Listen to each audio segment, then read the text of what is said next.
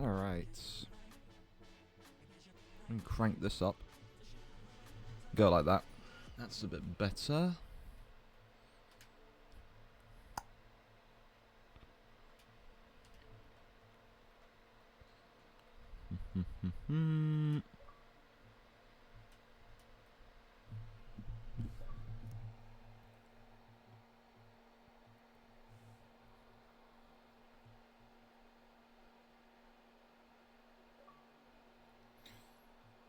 Hello, pal.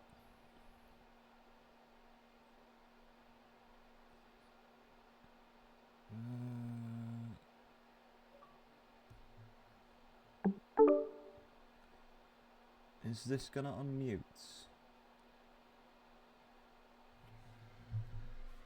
I'm hoping not. Because the game bar is terrible.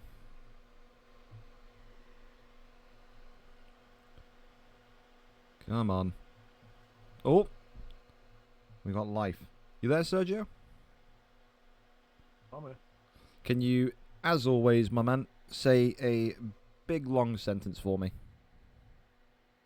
Yes. Hello, hello, hello, hello, hello, hello. There we go, that'll do, yeah. Crank you nice and loud. They like you more than me. Alright. Wow, look at that. For the first time, one of those rare times today, plug everything in, and no issues with the capture card. So that's why we're actually early today, rather than either on time or late. But, yep, you're just joining us and just here. Everyone's just lobbying up as per usual, so we shouldn't be too long. Standard race tonight. All the sprints are done after last week. Race week 9 of 10.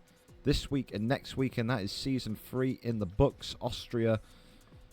And then, of course, Spa next week. So, yeah, we already know. I'm going to get into about the Drivers' Championship, how Chizzy has already kind of wrapped that one up. But, said, ironically, and I think it's been the case for the majority of this season, I think more eyes are on that Team Constructors rather than that Drivers' Championship. Everyone wants to know who's going to grab the title in the final 2 races. So, should be a fun one here tonight. Do you need an invite, Sergio, by the way? Eventually, my game takes about 6 years to load. That's fair. I mean, you should hear my Xbox. It sounds like an actual Hoover right now. The way that only F1 makes my Xbox sound the way that it currently does, which is funny. Not Madden, not FIFA, nothing. Only F1. I don't know what F1 is like. So why it's so straining on Xboxes, but yeah. I mean, thankfully, I've never had my Xbox crash yet on F1, but I've heard other people have that issue. But yeah. Of course, there's one people listening here tonight. If you're driving, or if you've got friends that are driving, make sure that they know that there's been an update. No point coming on Okay, that's the fucking and then being like, "Oh no, the update, I've forgotten." So make sure you're all set in that regards. I'm more shocked VRL Kieran is awake. Just filling up, populating. And we'll be going from there. So should be good. Should be good. Thank you as well, Dini, for the tier 1. I'm more shocked VRL Kieran is awake. Trust me, every single week, Dini, we say the same thing. Of course, that's why people are asking me when the VOD from last week is going to be up. The fantastic guys over at GSG are currently overseas. The VOD is there. So as soon as he is back, landed safe, and is home, he'll be able to access a computer, give me the raw file, and then I can upload it to the YouTube, because I know some people like to kind of do some scouting and watch back their performances, but the VOD is very much in my possession. I just don't have it currently. So, yeah, it will be there. Podium predictions. I like to save the podium predictions for, when we actually get into it, because you never know who's going to no-show, who's going to not be here, X, Y, Z. So we'll get into that as we're kind of heading towards the end of quali. But, yeah. There are F1 VFL race. There is every single Monday. This is race week 9 of 10, Mr. Christian. It is. It is. And then I've got a long night ahead of me. You know why? Because I've got to get all those postage labels for yesterday's box break handled and sent off. So, yeah, that's going to be a fun one as well. Absolutely. Absolutely, absolutely.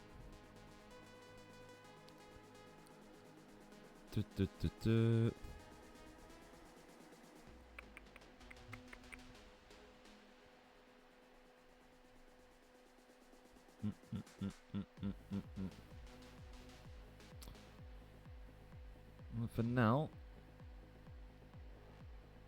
just waiting and seeing on some stuff here as we get ready to go. Is it like a league? Any big pulls? Yeah, it's like a league. Yeah, it's exactly like that. It's exactly a league. So we've got a table. We're going to be talking through the drivers, the teams, and everything, Christian. So yeah, it was season 3 of this F1. It's the 3rd season of this F1. I think if you add up all the previous times we've done an F1 league across various F1s, this is probably like, probably like the 3rd or 4th game we've done a league on it. But F1's great, man. I would never race in F1 because I'm not good at it, but I love watching. I'm one of those people, man, where I like to watch games in particular that I know I could never be good at. It's exactly why I want to get the NBA League off the ground, because I know I'll never be good at 2K. So it's like, I want to get involved in that as well. Thank you so much as well, Manoware Black. Jesus, my eyes. Big up yourself. Glad to see you still out there doing bits. Well, it's a bit of a chill one today, man. Like I said, the F1 stuff on Mondays, it's just nice to kind of sit back, start the week, and just kind of watch the boys race. And then, like I said, Thursday is going to be a big one because it's the VFL UFC card on Thursday. The special one about that is that it's the 4-year anniversary. We started the VFL UFC League back in 2022, first week of March in 2022, 4 years later. Now, arguably, you could probably say it's second biggest league in the UFC community, which is a niche thing to say, but still quite cool. I need to buy an NFL jersey, but always forgot, or just CBA. Well, like I said, I'm trying to collect the whole heap, man. I got the Chiefs one there. I've got some Bills stuff in the cupboard. I got like I want to get like a thing for the corner of the room. You can't see, but like over there in that direction, I've got like room for like a little shelf. I want to get like, you know, a helmet and all that kind of stuff. I still got like the mini helmet from NFL London is still in a box. I refuse to get out the box because I'm one of those kind of like old people where I'm like, if I keep it in the box, if I keep it in perfect condition, maybe it'd be worth something in like 10 years or so. So yeah, that's. But now, said I've got a jersey there on this wall. I've got an Arsenal jersey, as you can see behind me. This room is just like the kind of sleeping room, mates. This is like where more the decoration is. That office is never going to be decorated. It's just it needs to be plain and shite. It does. But yeah, so I just like collecting merch, Deanie. That's just pretty much it. I'll grab anything. I got that. You see me usually in the UFC stuff and the NFL stuff. I got a Packers hoodie. I've got a Raiders hoodie. I've got so much different bits and pieces of merch. I want like a mad one in the winter. So yeah, needs to stream fantasy more. Get my bingo games on TV. Well, listen. The thing is, I felt bad for what's his face. I felt bad for Razor Riley the other day because Razor Riley really wanted to push to get him and Pappy Gaucho on stream, and I knew it was not going to be a pleasant one for him. I love Pappy, but again, Pappy is a killer. Razor Riley is not at that level yet. He isn't. But I mean, for real though, like tell your friends. I know maybe Bailey, Deanie, you don't really play NBA, but so tell your friends. Like I said, that NBA league, like the 1v1 stuff that I want to do with it. Like, you know, like we do with Madden, is getting a lot of interest. So if you've got any teammates from the FIFA side that like playing 2K, get them involved. I'm really itching to finally do something proper and serious on 2K. I seriously am. Bring back the Undisputed League. Jack, I've said it before, I said it again. I know that people loved Undisputed, mate. But if I brought back Undisputed, I would be falling asleep on stream. It was a fun kind of like 6 months of doing it. But the league got to a point where it was just 20 real-life minutes of fight and people are walking forward and jabbing for a decision. And again, you can go, the VODs are still on YouTube, I swear. You can see at points, man, I'm falling asleep. I'm nodding away doing that stuff, man. It has to be entertaining. Boxing for me, as a sport, as a video game, it's just not entertaining. It's just not fast-paced enough for me. It isn't. So, maybe one day, but maybe if it's fight night, because I just think Undisputed is just, I don't know. I did it for the people that like to fight every week and like to box every week. I had no enjoyment myself doing the boxing stuff. Zero. Anyway, we're in for quali, and we very much are here in Austria today. Of course, we've got the resident. Well, listen, I call you the resident nerd in a good way, Sergio. You got all the facts and figures. You are the resident brainiac, the resident expert when it comes to Austria. Talk to me. It's race week 9. It's not really a race that's going to determine much in terms of, you know, who's going to win the Drivers' Championship. We already know that Chizzy has won that championship. What can we expect though today in Austria? Is this a fan favorite track? Is this a tricky track? What do you look at and see when you see Austria? Yeah, so it definitely is a fan favorite track. It's I'd say a more simple track out of all the ones that are on the cards in the season. Whether it's the long Rio F1 season or if it's the VFL season, either way, this is one of the easiest tracks you will actually get onto. There's not many corners on the course at all. It is one of the shortest tracks on the calendar as well. Only 10 corners in length. Oh, really? I need to move my so, camera, by the way. Keep talking, sorry, I forgot to move my camera.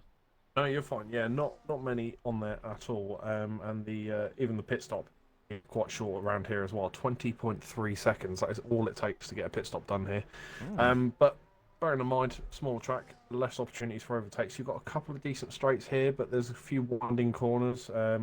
Definitely a couple of dive bomb areas, especially into turn 3 after the first sort of, well, you call it a straight. It's everything but straight, basically. But it's a good area for them to get high speed just before getting into that braking zone. But we will probably see some dives down there, no doubt. It is one of the safer tracks as well in terms of safety cars and virtual safety cars. Very unlikely we'll be seeing one today compared to obviously what we've seen in previous weeks. But yeah, I think it'll be overall clean race. Potentially some dive bombs here and there, but it's all part of the fun. Well, let me scratch your head here and let me test your resolve here. You said limited chance for a safety car. What Michael is telling me here is that confirmed his side, we're going to get rain at some point in this race. We don't know when, but rain's going to be at this race tonight. Does that make a difference to anything that you just said about Austria? Not a huge difference. It'll be the same as what I say every week with the rain. It's stay off the paint, stay off the rumble strips. That's the only major thing when it comes to the wet conditions. Especially around here as well, because most of this track isn't actually flat. There's sort of hills and bumps all over the place, so standing water is sort of to a minimum. It tends to all drain off into the drain off points, because there are quite a few around this circuit. They are subject to rain in most of their races around the circuit, and if you get a nice day, it is beautiful around here. But yeah, there's a lot of drainage points around the track, so it will help the water to move and flow and keep out of the way. So the most interesting thing will be the pit entrance. At the end of the day, it's on that penultimate corner, and you really do have to sort of get your angles right, because if not, you're going to go over the white paint. Not only that, you possibly pick up a penalty, or you're just going to wheel spin on the way in, because you lose that grip the moment you hit the paint. There you go. Of course, like I said, some great drivers here tonight. Let's go through the grid here one by one. Bailey, of course, back. But so far, I mean, listen, he'll be saying stop the count at 106.1. No one else has set a time. Bailey would love to kind of go into the race tonight in first after quali, but I think he knows better than that. Dom Parry, of course, the golden oldie, the veteran that won so many races back in his heyday. You got Tiller, of course, always a dangerous driver in a good way, in the sense that he competes for the title. One of the cleanest and one of the best on the grid tonight. We've got our great overlord, Kim Jong-Michael, or Got a Lisp as we know him. He's there in the Williams tonight. He'll be hoping for a top 10 finish. Ryan Parker, again, experienced league runner, and you would be thinking that with that kind of, oh, well, we've just seen Wolves Beast mode there, spin out and teleport past the past the barricades. That's a fun one for you, as he's going in there. So we'll come to Wolves Beast mode in a minute. But yeah, for Ryan Parker and for someone like Michael, Got a Lisp again, these two have, again, just grown up on F1 effectively. They should know everything about Austria and what there is to do in Austria. You'll be expecting some good times from there tonight. Jamsey, of course, as well, just getting 4th place in the qualify, or yeah, in the quali just now. Again, I think he's just been one of the gold standards for drivers. I think you look at how his season started, race week 1 and 2. We were contemplating and saying, is he the dirty driver of the pack? Is he the Atletico Madrid of the pack, with how often he gets his elbows out? He's really shined in the last couple of weeks for me. H-Dino, of course, a fan favourite. VRL Kieran, our resident UK driver quali king with a New Zealand sleep pattern, but he's here tonight, and we are hoping tonight we get to see Kieran be at his absolute best. Always a great driver when the race goes his way. A big welcome back to Wolves Beast Mode. Haven't seen him for a few weeks. I don't know if he's a reserve or coming in, but again, everyone knows Wolves Beast Mode. This guy's a bit of the VFL furniture at this point. Good to see him in the in the hot seat today. Lucas, man's got Tism, Craigar, bench warmer. Again, all of the who's who out here tonight.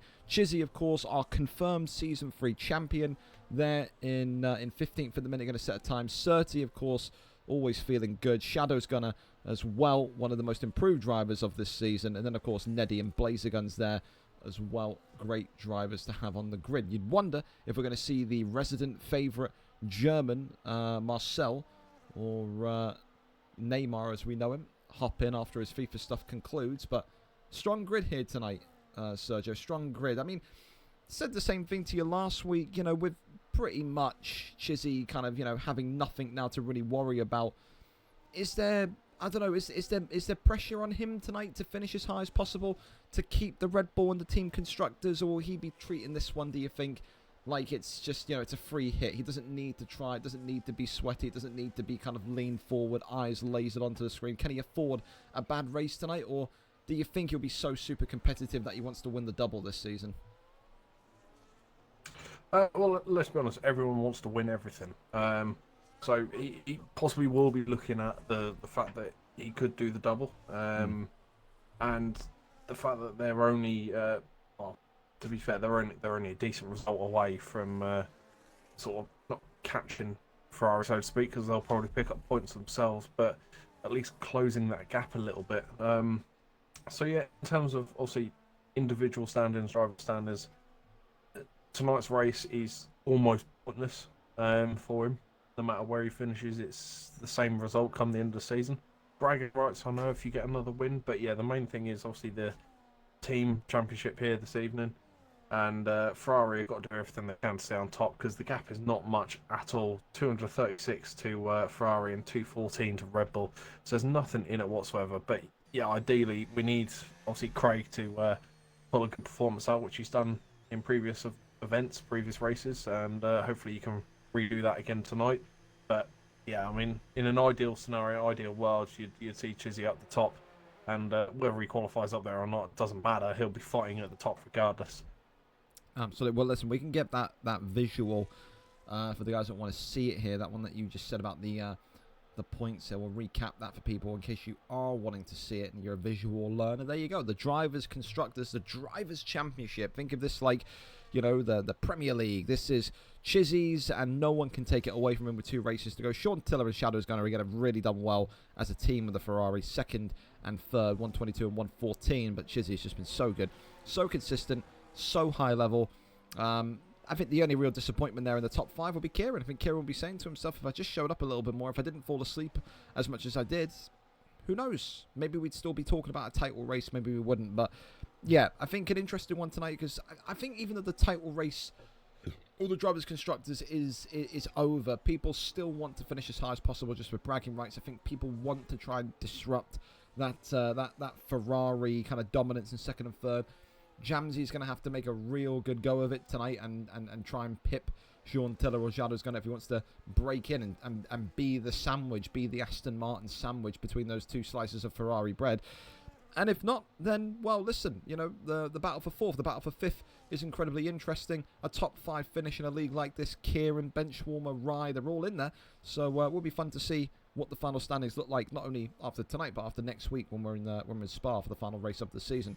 And as you said, the Team Constructors, there it is, 236 points for the Ferrari and 214 points for the Red Bull.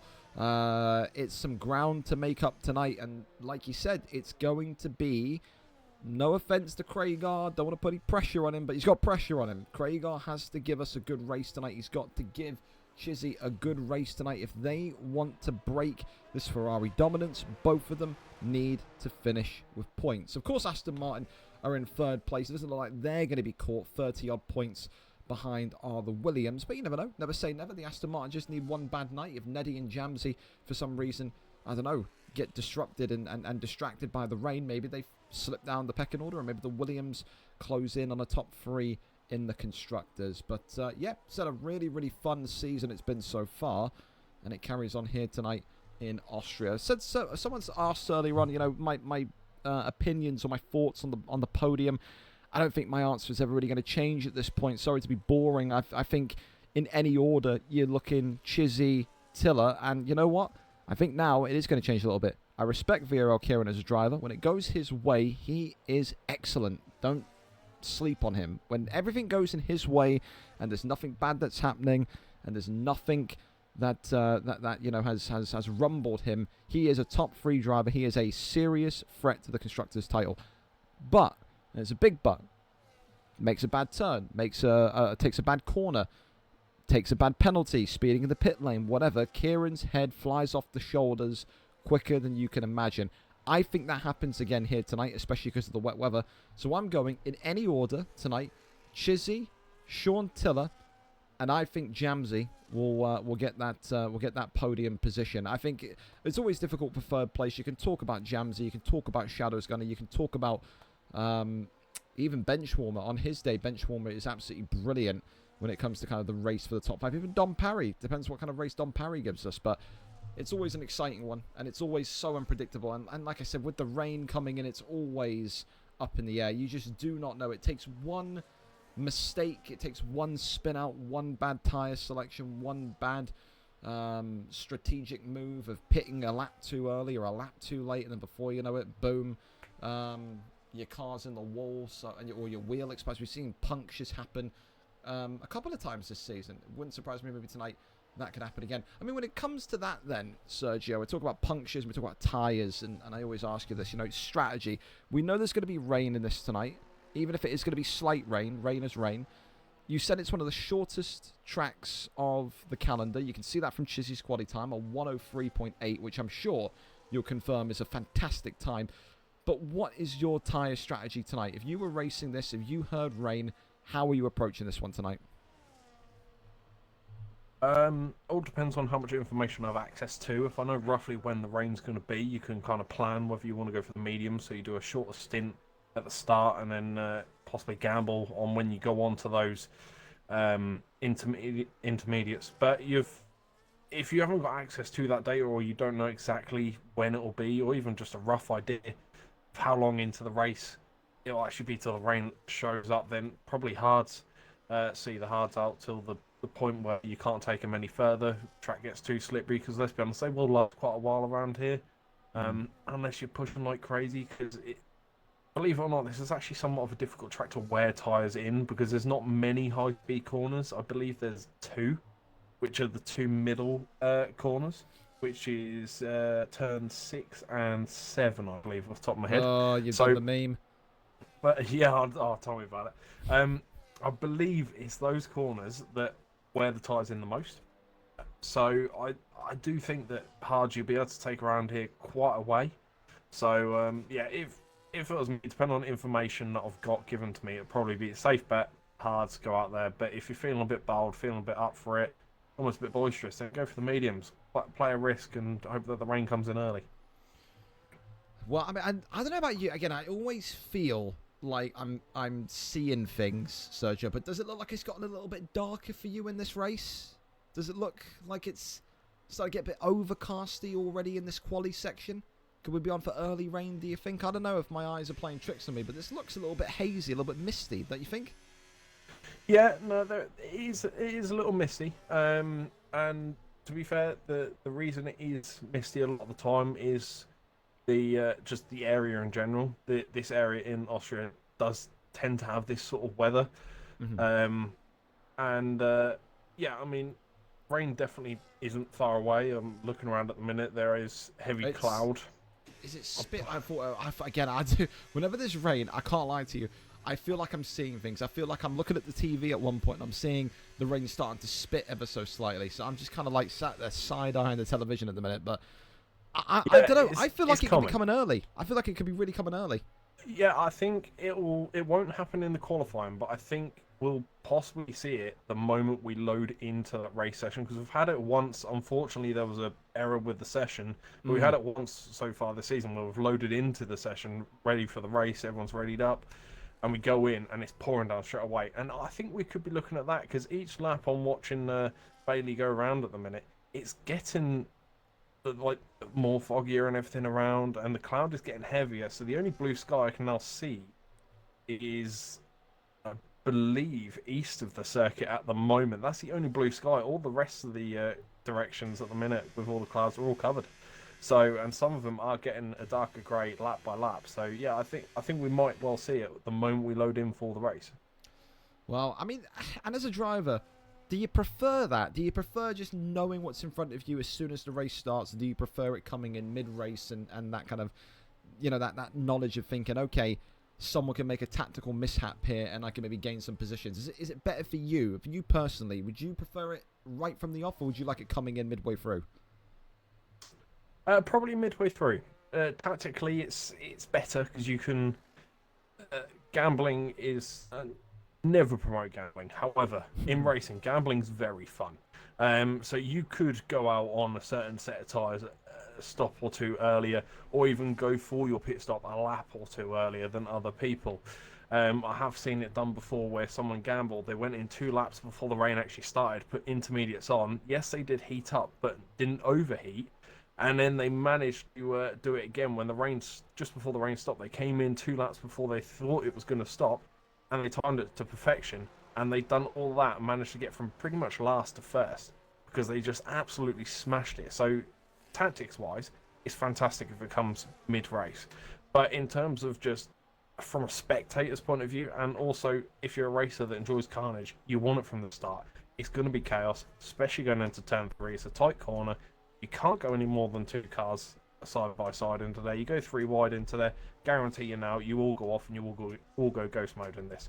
It doesn't work, and especially in the rain as well. People are going to lock up. Brakes aren't going to work as good as what people expect, obviously in the qualifying. So, yeah, in terms of chaos, straight away. But tactic-wise, definitely midway through the race. There you go. Well, the drivers don't have long to wait here because we're about 58 seconds from the end of quali.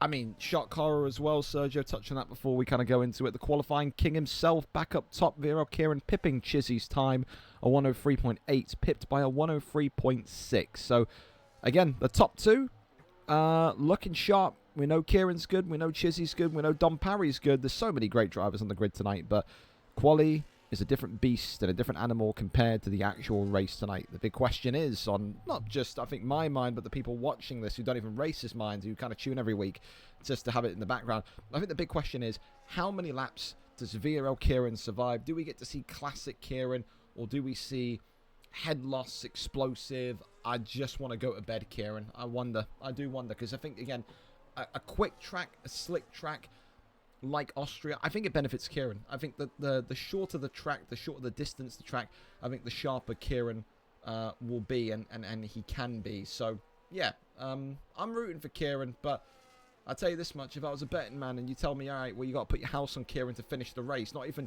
finish first, to finish the race, I don't think I could do it. So hopefully you prove me wrong here tonight, Kieran. I don't know, man. But for now, of course, drivers, please make sure you are listening in the background.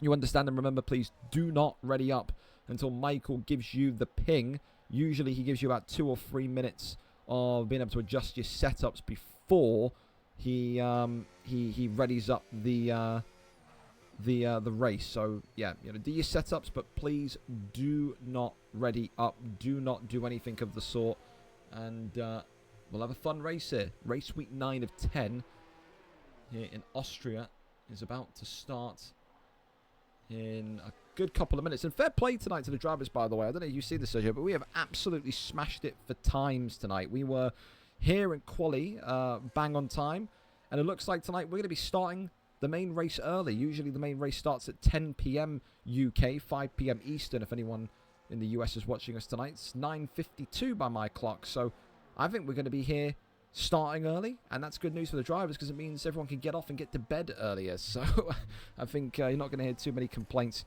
in that regard here tonight. So everyone getting their final kind of lap in, everyone getting their final kind of quali time in. Right now, Chizzy, Kieran, and fun one for you there, Sergio. Get a quick reaction on that. H-Dino, 104.105, Pippin Benchwarmer. Surprised by that? A little bit, yeah, because I have to admit, in my head, when you were talking earlier, when you were going over your top 3 of where you think people might be for this race, I was actually putting his teammate up there, and I was thinking Rye might be the one to, hit this third spot here. But yeah, HD come out of nowhere and telling me that I've got the wrong McLaren. I've just seen the DM you've given me as well. I'll put that on the screen if you want. That's a great graphic, by the way. It's fantastic. Walk us through what we're looking at here, Sergio, while we go into the adjustment period, I think we'll call it. What are we looking at? Sure. So, just as a quick disclaimer, obviously, I did not make this. This is something I've grabbed from online. No, this is yours. You made it. However, this is when people were going crazy with the information I had at the start of the season. This is where I get it from. So, if you look at the tyres on the Formula 1 car there, you see it splits into 3 sections. You have the latitudinal energy and the longitudinal energy. The longitudinal is down the centre. That is what's pushing the car ultimately forward, and the latitudinal is when you're going around the corners. And as you can see there, the darker green is basically the more grip and everything. So you can see down the middle of the tyres on the fronts, you're going to have a lot of grip. On the outside, that's where it starts to bald, that's where it starts to frail away. And you get that throughout the corners here on this circuit. But you can see the back tyres do wear a little bit more. But this is actually the best it's looked all season. This is why this is the one I wanted to send to you. Because all the ones in the races before this are always really dark orange or almost red. So the fact that these are almost green is just incredible. Obviously, it tells you the camber limit as well for this track underneath. It'll give you the 3 compounds of tyres there, the pressures, which are probably different based on setups as well. But you can also see the stats and figures there on the right-hand side for the traction and tyre stress around this circuit. Well, there you go. I mean, this is great. I mean, I love the information. I love the information. I love the statistics, the analysis of any sport, whether it's F1. It could be curling, for Christ's sake. I just think anything like this is always so interesting to look at. But, I mean, there you go. I mean, yeah, fair play. I don't know where you got that from, but, I mean, that's awesome. I love that. Fair play to you. Well, I mean, listen, back here quickly as the drivers are in the garage, in the garages. We've got some sun, so maybe the rain isn't going to come in right from the off. So the drivers will know, or no thereabouts, but we'll see when that comes in. I forgot to ask you as well. I was watching the football yesterday when my absolute horrendous team was cornering another poor team into oblivion. The F1 season starts this week, doesn't it? Yes, it does this weekend. Australia, I believe, for one. Well, there you go. Are you excited for that one? Yeah, certainly am. The interesting thing, and what I can't wait most about is the fact that a VFL season on the new game, because the new DRS system, or the drag production system, to give it its full name, is incredible. Obviously, okay. I don't know if you've seen the videos for the Ferrari car. I have saved a video, and I'll send it to you later if you haven't seen it. That thing turns into an aeroplane. The back wing does a backflip to open. Doesn't just lift up. It literally inverts itself to open. And not only that, there's now 2 systems as well. So not only do you have it on the rear wing, you have it on the front wing as well. So the front wing will actually lift up and open a little, so you can get that extra airflow in, which is incredible for tyres as well, because it cools down those front tyres while you're going along the straight as well. So it's absolutely perfect. The cars sound amazing as well. You have to get the revs up for the race start. All key things that the real F1 drivers are going to struggle with to start with. Not only that, all the guys on the grid as well. If they're carrying on into this new game, into this new season, everything like that, with the VFL, that is going to be a big struggle to start with. And that's something they're going to have to try and get used to quicker. But the cars are smaller. Only fractionally, but they are smaller, which increases the chance of battles. I love it, man. So I love the adaptation period as well. I think it's going to be a fun one. Absolutely. Are you when you watch F1, are you a Ferrari guy? I'm not a Ferrari fan, so to speak. No, I'll be honest. I just support the drivers from my country, but I was just fascinated by their systems. That's fair enough. Fair enough. All right. Well, listen, we're off and underway here. No rain to start. It will be coming in at some point. There's already a little bit of hanky-panky early. Look at that from the orange car there, as someone spun off to the side. So we've already seen some carnage here. So yeah, the back of the grid here, Sergio, has felt the pain and destruction of the first corner. Does that surprise you? It was a little earlier than I thought it would be. Where the pack is now going through, that is turn 3. That's where ultimately I would expect the contact to be made. But the contact I saw was actually on a Kick Sauber car, literally off the start grid. Got, by the looks of it, just completely spun around. So I'm not entirely sure who was involved in that directly, but Yeah, not a very good start there at all. And the same for Blazer Guns as well, who's really struggling out at the back. Yeah, so we've got the aerial cameras of Overlord Race Commissioner Michael wants to take a look at that, and then maybe have to kind of pinpoint who is to blame. But the only good thing you could say here, Sergio, 36 laps, yeah, okay, a lap may well be about 1 minute and 3, 1 minute and 4, maybe 1 minute and 5, but plenty of time to recover in what you, again, described as the shortest track of the season. So we know as well rain's going to come in, so everyone at some point is going to pit and come off of those mediums and hards, maybe pop onto those intermediates, but it's not the worst thing in the world to suffer maybe wing damage here early. I mean, here's a bold and brazen statement, as Wars Beast Mode here has I think died on the grid. We're going to see where this one's going to. I think, is that him on the where it? He's off on. Yep. Yeah, he's off on turn 1, and I think that's at least a virtual safety car as it stands. I can't see the safety car getting ready in the pit, so I believe it's a virtual, but in full course yellow. Well, I mean I think that's broke the records, haven't we? Because we haven't seen an actual kind of full-on crash and death like that for some weeks. So for Wolves Beast Mode, it's a short-lived return. Fan favourite from the VFL side of things, but he's head first into the barricade here this evening, and the safety car, the virtual safety car, should we say, very much comes out now. I mean, like I was about to say to you as well, people like Blazer Guns maybe would have taken some wing damage there in that kind of frenzy, that melee, that mesh at the start. He's either waiting for a safety car, or this is the bold and brazen point I was going to make. Do you just keep yourself steady? Don't look for any overtakes. Keep yourself steady. Wait for the rain to come in, and then use the pit to change tyres for the rain to also repair the wing, or is that just too much to do in one pit stop? Yeah, I'll definitely be looking at trying to repair the damage and whatever. If you know rain's coming and you know you might need to do an extra stop depending on obviously when it's going to happen, if you can manage it, I would be sticking with the damage for now and using those pit stops to sort of get that repair done. That would be my target. Yeah. But again, race strategies are difficult things to play by because it changes on the fly and it changes based on what's going on in the field as well, where everyone is and how close each other are as well. So there's multiple factors you've got to take in here, but if you can maintain the car around the circuit, which ultimately does need those front winglets, which are the most common thing to snap this season, then if you can keep it going, then go at it. Well, I was saying as well, they're just double checking that Tiller was all right, because I know he was asking for an invite back, but seems he's back in with us already. Yeah, got him. Lap 4. I mean, I tell you what, I know you said it was fast, Sergio, but when we're in the race, this is fast in terms of how many laps. I looked up 1 minute, we're on lap 2. We look up the next minute, we're on lap 4. So these guys are pushing to it. I mean, it will be interesting to see when that rain comes in, because I think we've got some daredevils out there in a sense that if we get it around, let's say, lap 28 or 29 for whatever reason, could you imagine by that point, if it is that late on in the day, people may well just decide to stay out there on mediums or hards if they're that close to the end? Sorry, you might have to repeat the question because I've just been distracted because one of our Ferraris has beached himself and he's just got free. Yeah, sorry, repeat the question. So, I said, if the rain does come in, because of how fast this track is going so far, if the rain does come in, but let's say the rain comes in at, let's say, lap 28 or lap 29, I feel we've got some Mavericks in the grid tonight. We've got some daredevils. If the rain does come in that late, 5-6 laps out from the finish, could you imagine some people at that point maybe stay out there on mediums and hards just to kind of complete the race and not have to pit? Or do you think that would be a silly decision? If 100% we'll see that.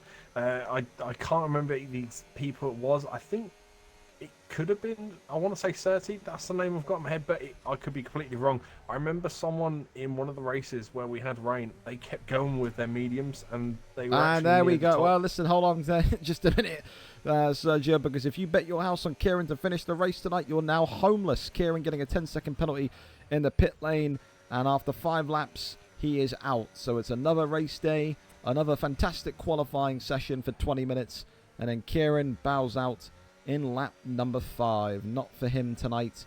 He is out of there. So 19 started, Sergio. 17 remain. maybe we're going to be getting the new reputation of a deathmatch track tonight here in Austria. I don't think we will, but I mean, you start to see maybe 10, 11 cars not finish. Well, you know, who knows? I'm really intrigued as to what happens when that rainfall hits. I am. Let's have a quick flip through the grid as well before I go back to you on that point you were making here. Ryan Parker battling with Tiller at the back. Of course, we've got a bit of a train here as well. 12th, 11th, 10th and 9th. All very much right next to each other. Bailey having a great start to life here on lap 6 in the top 10. Dom Parry as well, kind of destitute. He's too far ahead of 9th, but not quite close to 7th, so he's having a leisurely Sunday drive as it stands right now. And then you've got this other train up top as well, Sergio. Lucas, Craig, H-Dino, Jamsey and Shadow's Gunner all there within each other. And then, of course, you've got the top 2. I mean, does it surprise you then that we're talking about a grid tonight that is so segmented? You've got a race between 1st and 2nd. You've got a race between 3rd, 4th, 5th and 6th. You've got a race between, 9th, 10th, 11th, 12th. It's very chopped up and split up tonight. Did you expect that to happen? Yes and no. I mean, I wouldn't expect it around the circuit, but with the group of races we have out there this evening and just in this season in general, I mean, I'd expect the unexpected with these guys because it's certainly a case of none of these go to the script of racing. Things chop and change like the entire time throughout every session, but one thing that is interesting is the tight groups, because normally people do tend to space out a little bit, especially with that DRS system. Obviously with ERS as well, depending on when you use it and how tactically you use it, you can normally get a very good advantage around the circuit using that system. But yeah, a lot of these guys really keeping tabs on each other and really keeping pace very well. Say as well, this battle, I'm kind of mesmerised by what I'm seeing here between Jamsey and Shadow's Gunner right now. These two are having a real battle for 3rd place, and as we said in the build-up to this, the Team Constructors, if Tillett isn't going to be able to recover tonight, he's sat in 14th at the minute. Shadow's Gunner is going to be the one that carries the weight for the Ferrari. Chizzy so far, though, our champion, very much clear and beyond Benchwarmer, and yeah, we haven't really even touched on Benchwarmer in this opening 7-8 laps, but he has had a phenomenal start. People sleep on him for his consistency on certain tracks. I think this is the thing, though. Austria tonight clearly in his green tick column, because he is absolutely having a stormer here. Of course, Jamsey and Shadow's Gunner still having that battle for 3rd and 4th. And then you've got, I mean, to be fair, you've got a couple of cars behind them now. You've got Lucas, Craig, H-Dino all there kind of in touching distance as well. Ry H23 in the points so far, but he's got a penalty. He's chasing down Michael Bailey just behind him as well. So we've also seen Surtees go into the pits here. He's skidding around the grass though, and we've just seen him get a 10-second penalty as he has DNF'd. So he tonight retires in the pits to Surtees. He is the 3rd man to join the DNF list. So 19 started, 16 remain. Surtees clearly not a fan of this Austrian grid here tonight. We'll keep an eye on this train here for now, though. Craig are on board with, as he's looking at H-Dino, Jamsey and Shadow's Gunner in front of him. I mean, does it look like then to you, I think VRL Kieran is a head loss one, but I don't know if you recall, was Surtees and Wolves Beast mode involved in that frenzy, in that melee at the beginning of turn 1 on lap 1, Sergio? Maybe is that why they retired? What do you think? I think it might have been Ryan Parker that was involved in the very first lap situation, because I'm pretty sure it was a Kick Sauber car that went around and got spun out pretty much at the 50 marker just before the turn 1. So I think he was involved, but obviously he's still going, so I don't think it was beast mode. I don't remember seeing anything involving Surtees apart from a situation where I believe he either spun out or just lost the car in general in turn 3, which is the sharp right-hander on a slight uphill. And he struggled to get going again, and by the time he did, you had Tiller closing up, which, I mean, that's not a bad thing. Obviously, Tiller's name, that does hold some weight this season, but considering Tiller got himself beached for about 20 seconds, it is pretty bad, especially in this race. So, yeah, I think it could also be a slight head loss thing, maybe from Surtees, but I could be calling that entirely wrong. What I'll tell you is Surtees gone into the driver's lounge there and said, I love driving round, hearing cars just redialing or redlining it. Sorry, I can't read. Redlining the rev limiter. What a great game. I mean, help me. I'm a complete moron. What is he talking about there? Hearing cars just redlining, as in they're at the top of their rev meter. They can't go any higher, any faster. So, for example, when a car's reached its top speed, you've got your DRS open. The car physically cannot go any faster. Everything mechanically, physically, it's all going as quick as it possibly can. There is no more to give. And you do get a couple of those points at this circuit because some people might be using shorter gears here tonight as well, which means your acceleration is quicker because the straights aren't as long as what they are on, for example, the track we're going to next week, Silverstone. They have long straights there where you can get to a higher speed, whereas it's all short straights here, so you need to get up to that speed quicker. So people have shorter gears, and then you hear nothing but redlining. So it's when the sound is really high pitched, but it's bouncing, and you can hear it's not getting any higher pitch at all. It's just bouncing between two notes. And that's the redlining point. That's when the car just will not rev any higher because it's giving all it's got to give. Well, there you go then. So that's the explanation from Surtees about his retirement today. I mean, this is a fascinating kind of train that has continued to just be consistent around the grid here. We've got a couple more guys pitting here. Hdinho and Lucas going in after lap 11. But, I mean, yeah, I mean, this is anyone's take. I feel like the top 5 here is so interchangeable at the minute, Sergio. I mean, a third of the race down now, 12 laps down as we're about to come in for lap 12, out of 36. This pack of Dom Parry, Craig R, Shadows Gunner, I mean, do you have a favourite here for a podium position tonight? Because it looks like it could be chopping and changing all the way until the very end. Yeah, and I'm going to go for a slight outsider as well. I'm actually going to go for the Williams driver. I'm going to go for Senor Lisp. Yeah, he's having a great start tonight. Yeah, I do think he might be going up there and going places. I've been watching him for the last sort of 7 laps. And he's been in multiple battles and got through them quickly as well. So definitely shaving time off. The only thing is he needs those cars ahead of him to sort of battle it out, really sort of minimise that gap between him and Shadow Gunner.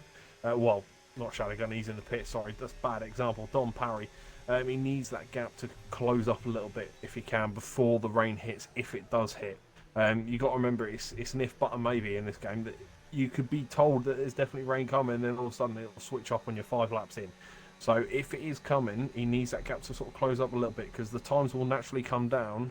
And I don't know how good any of these, other than your likes of Shizzy, Tiller, Shadow Gunner, unlike those, I don't know how the rest of them operate in the rain.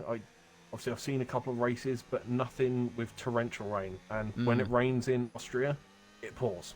Okay, well, I mean, this is the interesting thing, is it? Because it feels like you're playing hot potato when you know that there's potentially rain coming and you're pitting. You're just sitting there, closing your eyes, crossing your fingers, Sergio, and praying, please don't come in the next lap. That's the worst thing that can possibly happen. Is that maybe a reason why we're seeing Manscott-Tism out there on 11 lap old mediums? Is he trying to hold out and pray that he can time this correctly? I think so. It's kind of like a hope and pray at the moment. And to be fair, if he's playing it tactically as well, he might not be putting up much of a fight to other drivers or other people, because the less of a fight you put up, the better it is for your tyres. It'll maintain more grip because you're not having to push them as hard as well. And not meaning this in a bad way, but respectfully, all I've seen Tism do over the last few laps is go down in the grid, which is not a bad thing. It is a good thing in terms of saving tyres, but yeah, I think it's trying to play it tactically. I mean, the cloud is rolling in, but I don't think we're at rain point yet. Thank you so much as well. Jenks, good to see that you're alive, mates. Welcome back. Thank you so much for the prime. Appreciate you. Again, another fantastic driver in his day was Jenks 23. We miss you, buddy. Take a quick moment as well. We talk about rain and tyres and strategy. I mean, this is the perfect situation for the Red Bull tonight. Craig R. Shouts to him, Sergio. 14 laps out of 36. He's in 4th. I mean, if you wanted a performance tonight to get that Team Constructors over the line, this is the type of performance you want to see from Craig. Yeah, it certainly is. And like you were saying, this is the perfect time for them to pounce as well. You've got, as it stands at the minute, both Ferraris either low points or no points. Shadow's obviously going to move back up into that place he once was at a certain point in this race. Tiller, I don't think it's fully out of the question, but I think he's more on the back burner. You don't have to worry about him. Forget him for now. Worry about him at the end of the race if there's a problem. But at the minute, the gap is so big, it's going to be difficult for Tiller to actually get back into the game.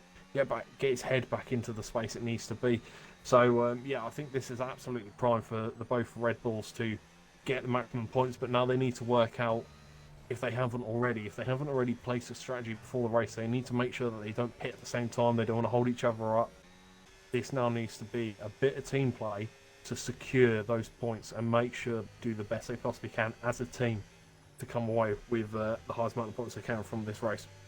There you go as well. Just keeping our eyes on Dom Parry here, who's going to look to, I think, make a move on Jamsey any minute now. But as we go around lap after lap, Sergio, lap after lap, these clouds right now, especially on Dom Parry, are getting really dark, really grey and really miserable. That rain may not be too far away.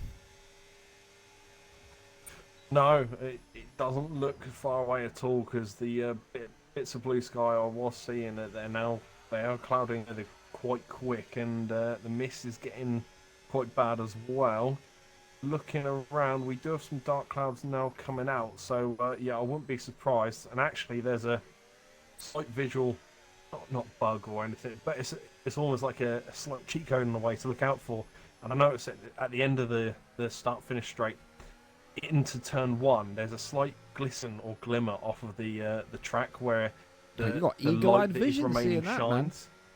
Yeah, when the light shines in a certain way, you know that the rain's about to come, because it's like the graphics are almost trying to get ready for it, if you know what I mean. So there is a slight glimmer in the track when the rain's about to hit, and I'm seeing that glimmer at the minute, so I wouldn't be surprised if the next few laps we might see that, because that's the thing I normally look out for, because you'll notice all the rumble strips as well look a little silvery on the inside. So when you see that, that's normally an indication might be some bad weather on the way, or just heavy cloud. Well, I mean, one driver has already reacted to it, Sergio. Look at that, Bailey in 15th, the first man out there with intermediates. Is that a smart move by him? That's the move I was talking about earlier, where someone, it wasn't Bailey, it was someone in another YouTube video of some sort. They predicted it, they felt it was coming. A couple laps later, the rain hit big time, and they actually saved themselves a ton of time and jumped to the front of the grid. So potentially a massive move there for Bailey. Well, it is a massive move. The question is, can he pull it off by keeping the tyre temperatures down, because they are going to overheat big time, because the rubber is a lot thicker on those, and they don't disperse heat as well, so they're going to keep all that heat in. It's basically like wearing, your thick, for example, there's a load of FIFA fans in it, you're wearing your thick Stone Island jacket in the summer. You need to get that thing off. You can't get the heat out. That's what it's like for these intermediate tyres.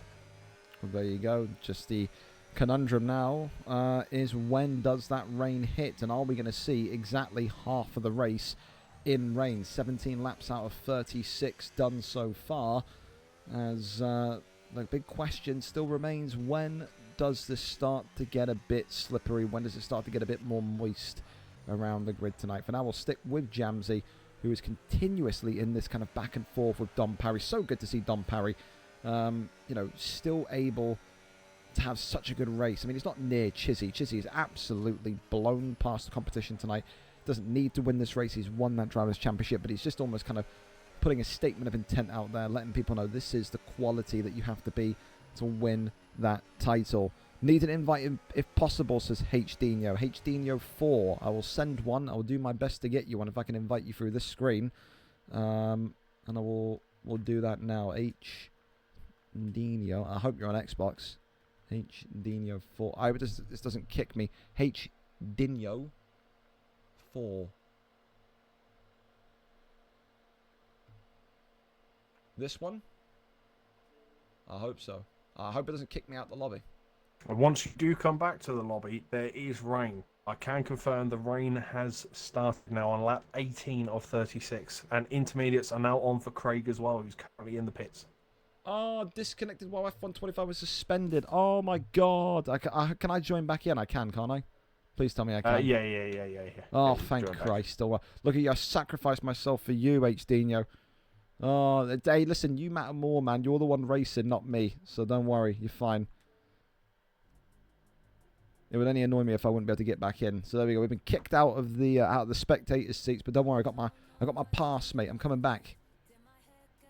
I hope you do, because now it's getting spicy. The rain is starting to come down quite a bit, and we've got a leader at the minute on 17-lap-old hards, and we've got now 4 runners on intermediates. The highest one is Craig in 8th place. The rest of the grid still on hard/mediums, and I think Tism's almost going to be kicking himself a little bit, because I'm pretty sure Tism was the one that was trying to make those mediums last, and he's unfortunately missed it by 4 laps. So it sounds like a lot, but when you think a lap's only a minute, you're only 4 minutes out, so it's not massive times.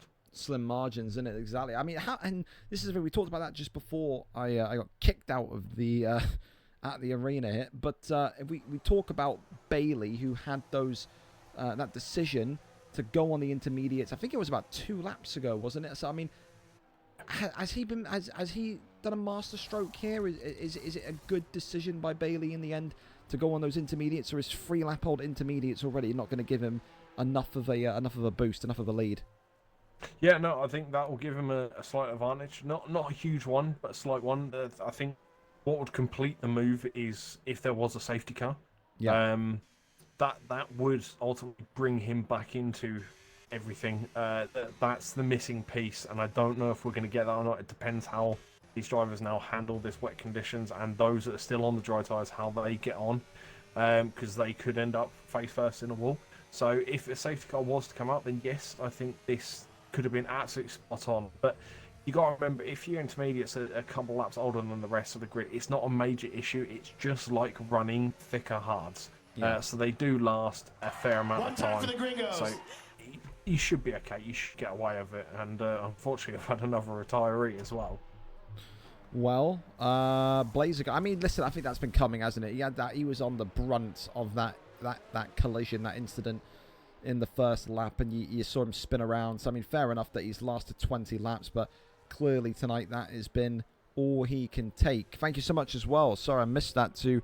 That is a name that I am I'm leaning forward to read this name to try and give it my best shot. QJ Suey Squidley. Yeah, Mr. Squidley. Thank you so much for the follow, and also Joe Russ 077. Welcome in, Joe. If you want to join the league here, that's my Mr. Squidley, Mr. Squidley Idley. Thank you so much for the following. Joe, you want to get involved, mate? Go into that Discord and then go to the tag request area. We have a separate, smaller F1 Discord where it's purely F1. So you'll find that link in the tag request section. Get involved, man. We love seeing new drivers on the grid. It's every Monday, 9:30 p.m. UK. Race week 9 here tonight. So let me pose the question to you now. If it stays this level of rain, is it going to make so much of a difference? Does it look torrential to me, Sergio? Is it going to make a difference? What if the rain stays at this level? If the rain stays like this, it just seems like it's spitting. It's not really kind of chucking it down at this point, is it? Yeah, it's not too bad at the moment. It's more of a greasy track at the moment. It's not a full wet track. It's just a bit of grease. So you're probably looking at a couple of millimeters of water at most per every sort of 2 laps, I imagine. Nothing crazy. It's light stuff. It's when you start to see a few puddles form, that's when things could get a little interesting, because sometimes the intermediates can't cut through that water quick enough. So the question is not if it stays like this, it's if it gets heavier, are wets going to come into question? Now, I know people have said wets are a bit like the softs in terms of they're useless. But in theory, using obviously the logic we have from the real F1, wets should be 10 times better at dispersing that water, so they should have more grip. Obviously, they will last a lot longer as well in wet conditions. So yeah, I'm not too sure what's going to happen in terms of if the rain gets harder, but at the minute it's staying at consistency, and it's not producing too much standing water at all. And the cars, seeing as they're fairly spaced out as well, they're actually helping to disperse that water, so there is still some form of a dry/greasy line. So I reckon we'll probably be all right to the end of the race as it stands, as it is at the minute.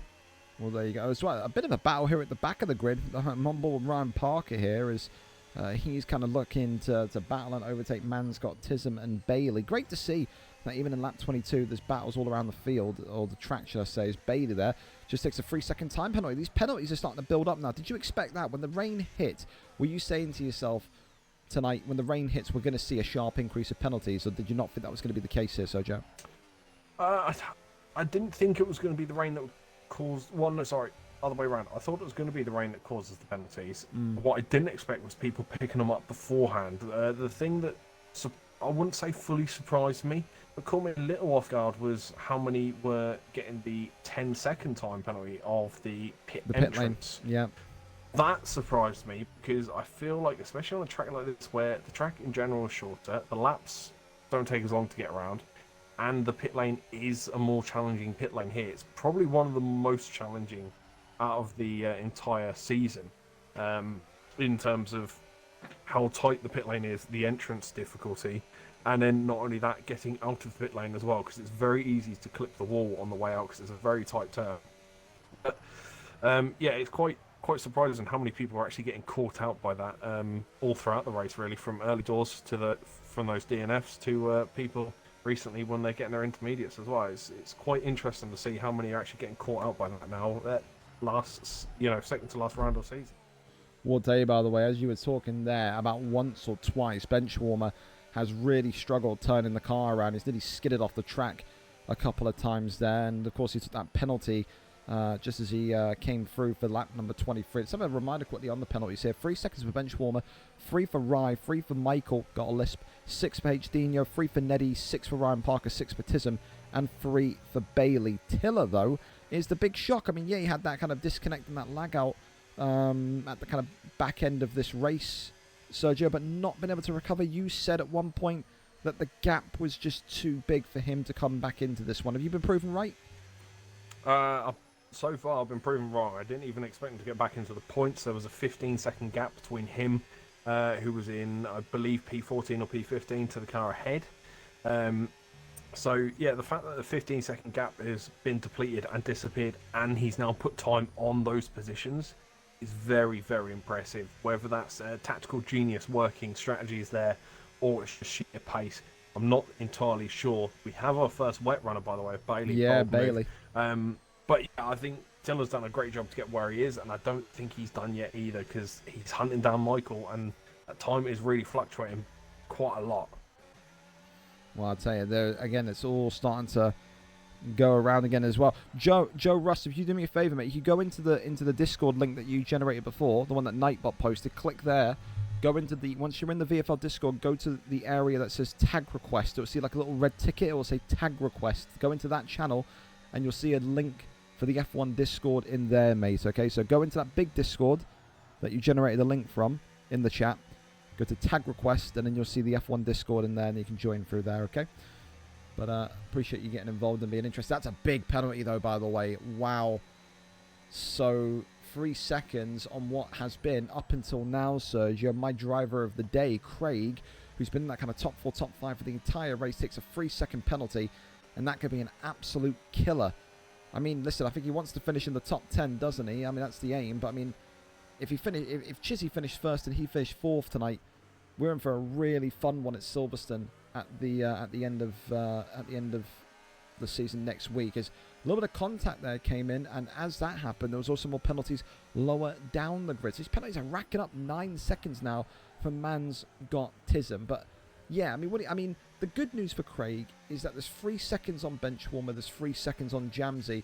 All Shadow's gonna have to do now in the Ferrari is just get close. Yeah, it certainly does. Craig is struggling though. Been watching him for a few laps now.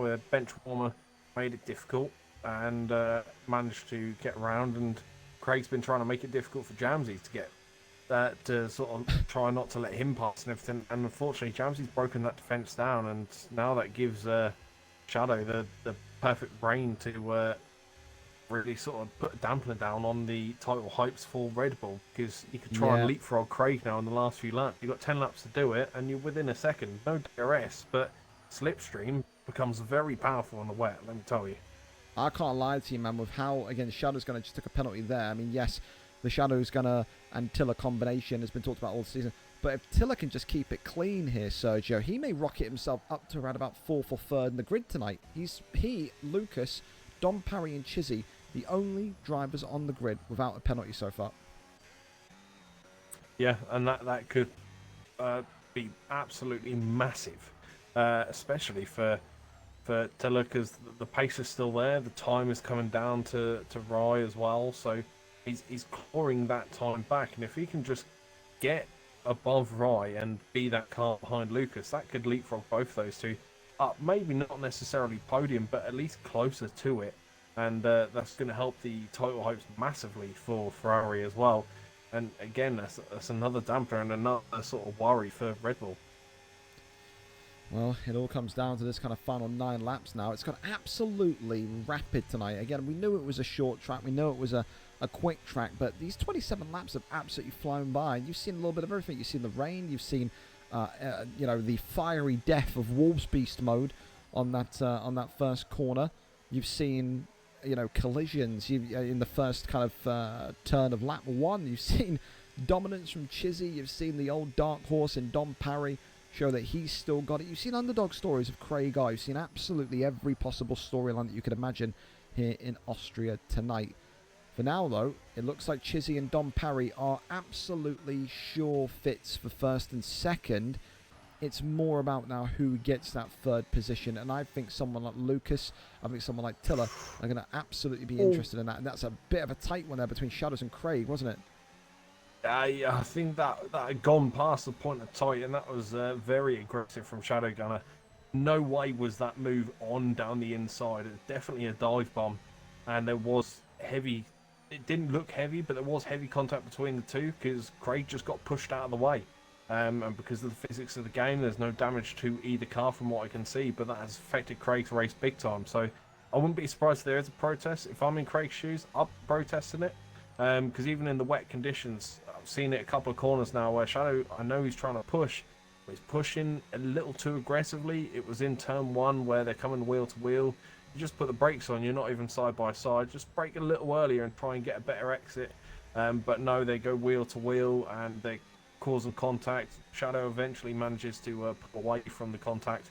But you kind of could see it coming. And it's really unfortunate for Craig, who ultimately was having a good race, but now the focus has to be for him to just keep near Shadow Gunner and hope that maybe he picks up another penalty, but it's not going to be easy now because he is off into the distance.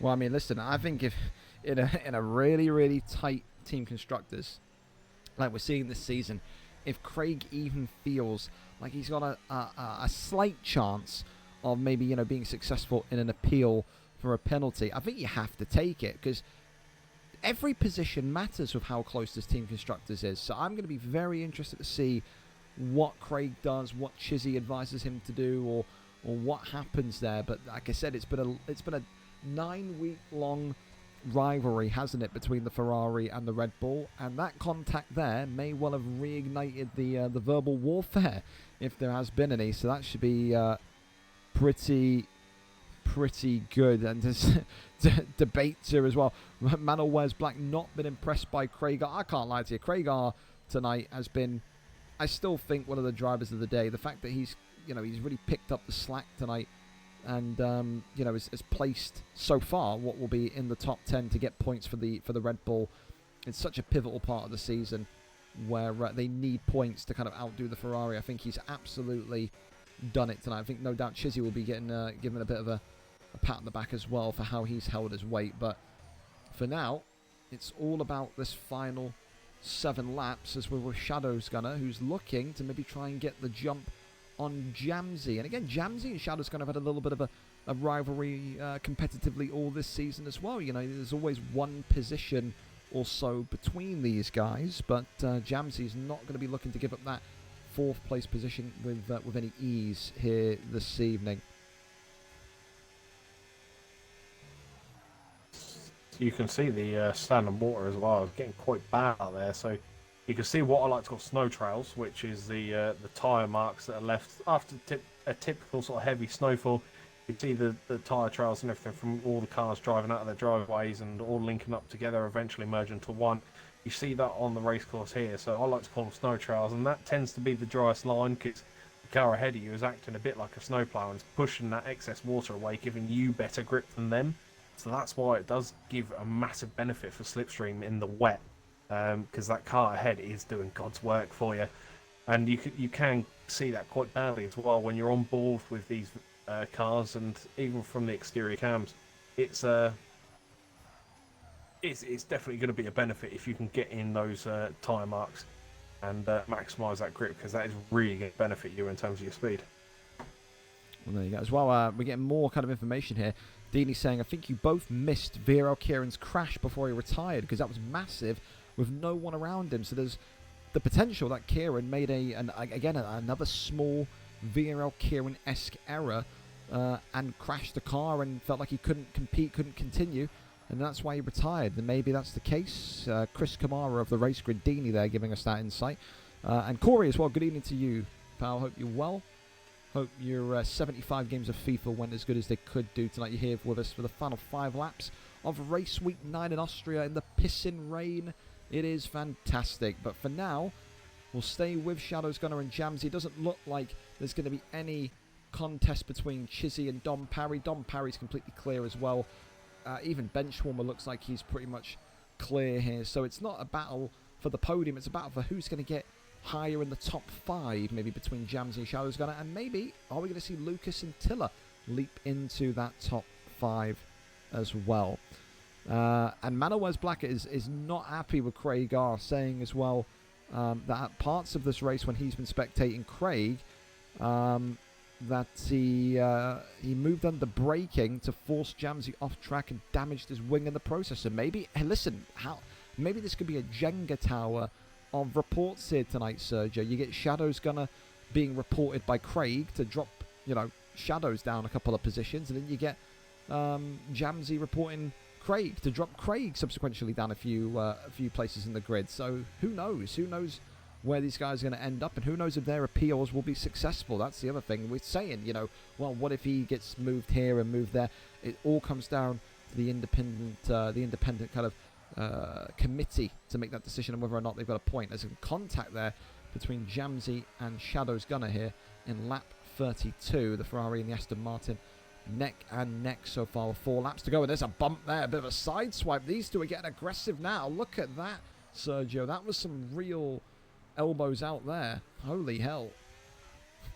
I think rather than elbows out, I think that was elbows in, and that was dug into each other's hips.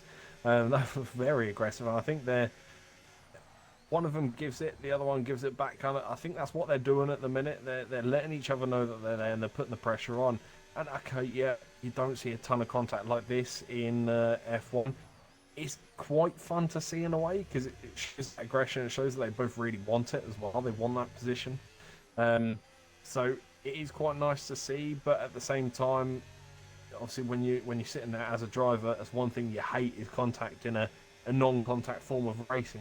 Tin tops you can get away with it, but F1 cars you're not really meant to obviously touch at all. So it is good to see some rivalry and disputes though here and there, but I think we might well see a good few reports out of this race this evening. Yeah, I think you nailed it there. I think it's purely tonight the anxiety, the passion, the desire to finish as high as possible, especially if you're in a Ferrari or a Red Bull, to really have a chance at that Team Constructors. It is, I think right now, be incredibly interested to see what the points are going to be like without any penalties. But I think this is, we said I think from race week 5, didn't we, that we felt like the Team Constructors would go down to that final race at Silverstone, and it looks like that's going to be the case. Neddy as well as just taking a 3-second time penalty there. Michael has gone into the pits there with the Williams. Something must have happened to his car. He's gone onto wets, so Michael for the last kind of 2 laps going onto those wet tyres. I mean, are these guys going to survive the final 2 laps, do you think, Sergio? 15 lap old intermediates, 14 lap old intermediates. Is this pushing it? No, I think they'll be okay. I think the main part they're struggling with at the minute is the standing water, but I don't know if you can see that or notice it, but there is obviously a dark line that's formed along the circuit now. that is what they call the dry line. So as long as they stick more or less in that and don't go onto the standing water too much, they should be okay to see out this race on this tyre compound easily. It's just the standing water that these tyres struggle with. It's like I was saying, that they can't displace the water quick enough. The intermediates are made for, I believe it's up to 2 millimeters of water. We're well over that now. Normally for full wet conditions, you're looking 4 millimeters plus of standing water. So yeah, I think these tyres will struggle in terms of the standing, but in terms of the grip and everything, they should see out this race.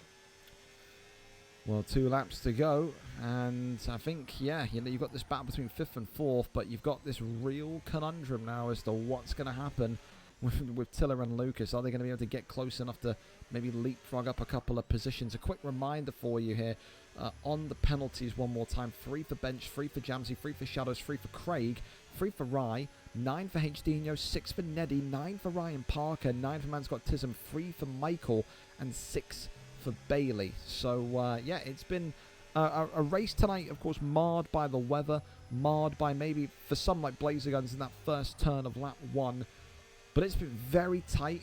I think it's been very, very tense. I think you've seen, as Sergio said there, elbows in, elbows out, shake it all about type racing from a lot of these drivers tonight. I will say, by the way, a big shout based on who I've been impressed with. Maybe it doesn't really mean anything at this point of the season, Sergio, but the McLaren, Ryan Hdino, both placing in the top 10 tonight potentially.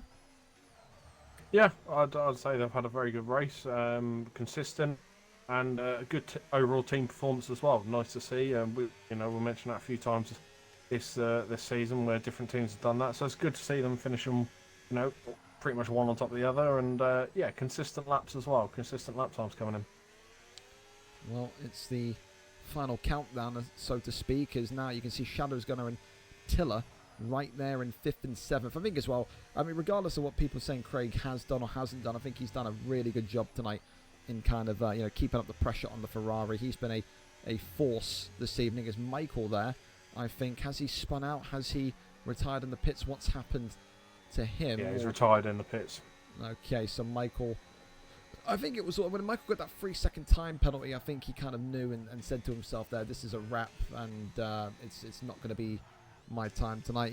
Michael said just wanted to drive something, didn't work. So there you go. That's the outpour from Michael there. But as of now, final lap of the evening. And again, I really have to say this and stress to people listening in the background, if you are driving tonight, hell of a job in getting on time. This has been the most on-time race of the entire season. We were in at 9:30. We were qualifying, done, dusted by 10 to 10.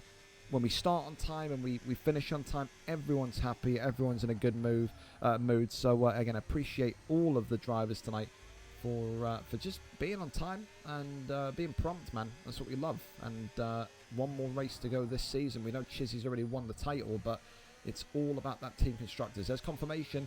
Surprise, surprise. It's another win tonight for Chizzy. He takes first position. Dom Parry was kind of clearing away of second place for so long of the race. He is the veteran, the dark horse, the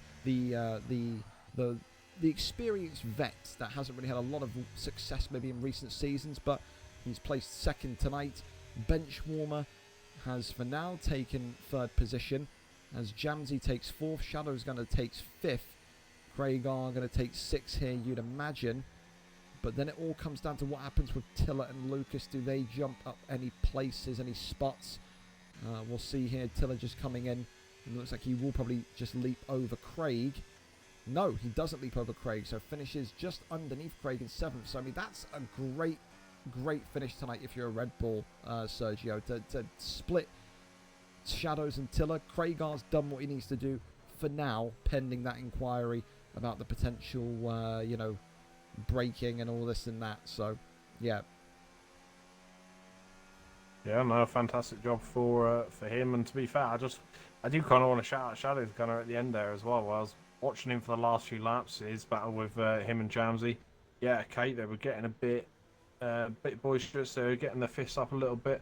But I tell you what, he started to do that one thing which I respect anyone that can actually do it well and pull it off, which was basically just backing off your your opponent and trying to get a better exit out of the corners than him. I saw him doing that every single corner, and every time he's getting closer and closer and closer until there's just one point where he just pushed it a little too hard, back end slipped just a little bit, and unfortunately that all that hard work had disappeared. But good overall performance from him, and yeah, I just want to say that driving was spot on there at the end. There you go. Props and shouts to you, Shadows. Bailey saying, I really enjoyed that race until the rain came, and then when it did, I couldn't do a thing. That is the cruel mistress. That is the weather. Ferrari on 252, Red Bull 237 without any pens. So the Ferrari 50, and again, this could all change if there is going to be any, reports made and whatever, but if there's nothing, if it's a clean one today and nothing changes, Sergio, 15-point lead going into the final race next week. That is drama, isn't it? That's what you love to see. Yeah, it certainly is, and what a place to have the finale at and the decider at as well. At Silverstone, and let's hope we have some good weather there, because good weather around Silverstone always shows for a good race, and hopefully it's not a wet race, because we definitely have drivers that aren't too keen in the wet. Yeah, Bailey just sitting there praying that we can maybe race in a dome or something at this point. Listen, a fantastic night of racing tonight. I keep saying it, the timing of it, everything was spot on. A big thank you to Michael and all of his effort continuously. Again, he has made this the best F1 league that I think we could possibly ask for VFL.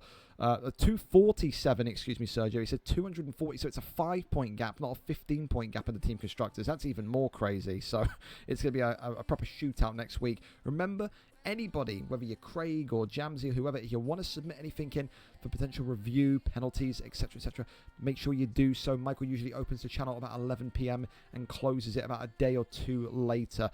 Massive thank you to the drivers, massive thank you to Michael, and a big thank you to, of course, the best co-commentator in the game. And Sergio, appreciate you for your wisdom. As always, we conclude Season 3 next week on home soil in Silverstone. Should be a hell of a race. Who's going to win the Team Constructors? We have one more week to find out. Take care, take it easy, and we'll both see you next week live at 9:30 as we always do. If you need us, DM us. Good night. We're out.